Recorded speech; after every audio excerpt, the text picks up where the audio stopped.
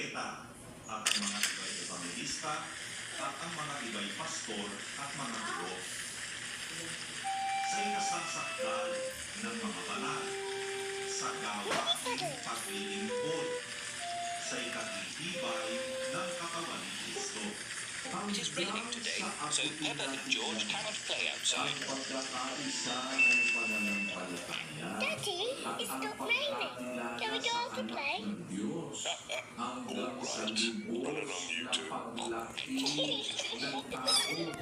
Hanggang sa sukat ng pangangatawan ng kapuspusan ni Kristo.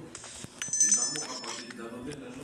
Kaya yung paglaki ng katawan, yung paglaki ng tao hanggang sa sukat ng pangangatawan ng mika ng kapuspusan ni Kristo, mahalaga yun. Mahalaga yan, kapatid na rin.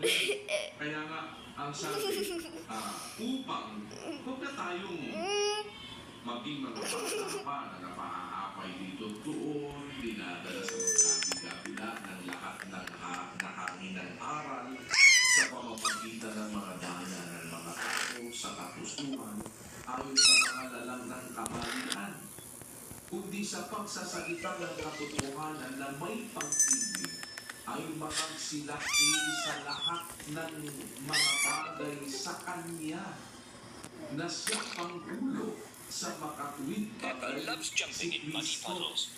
na dahil sa Kanya, paano lumalaki dahil sa Kanya, ang buong katawan na nakalapat na mabuti at nagkakalaki sa pamamagitan ng tulong ng bawat kasukasuan ayon sa paggawang nauukol sa bawat iba't ibang sangkap ay nagpapalaki sa katawan Jump in sa muddy puddles, you must ikatitibay wear your ng boots. kanyang Sorry, sarili Mommy. sa pag-ibig. Nakita mo yung koneksyon na sinasabi ni Pablo, na sinasabi ni Pedro, kapatid na Rodel.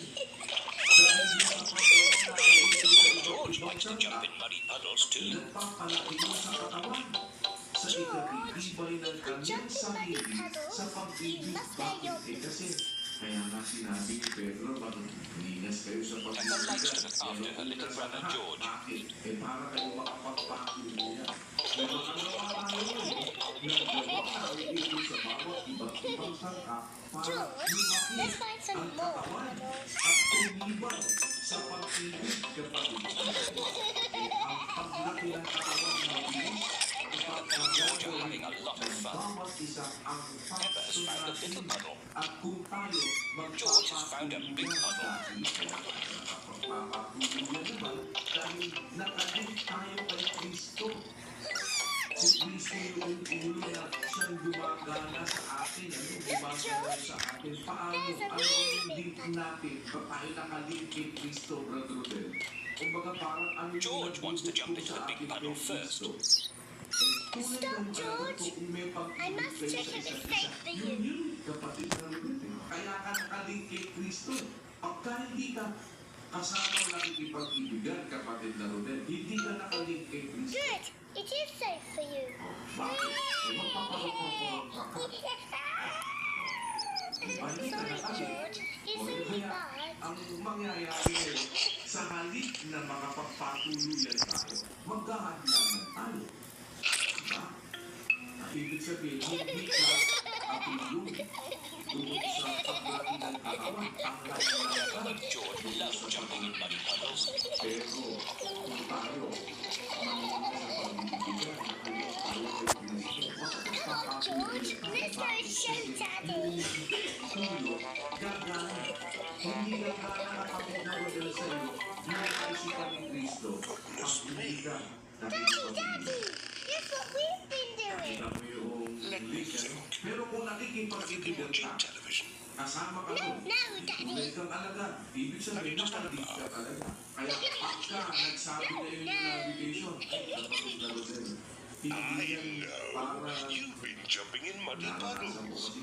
Yes, yes, Daddy. We've been jumping in muddy puddles. Limang ikot ka na Uh-oh. Look at the mess you're in.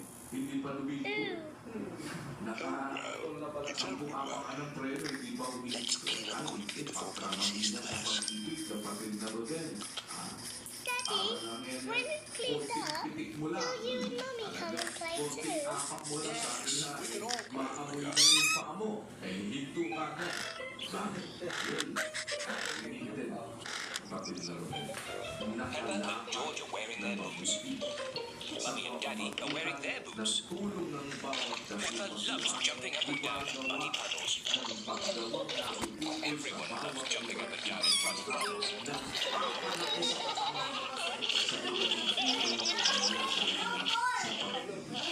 Respect ka dito. Para mas madali sa ating balis. Oh, Daddy Pig, look at the mess you're in. It's only mud.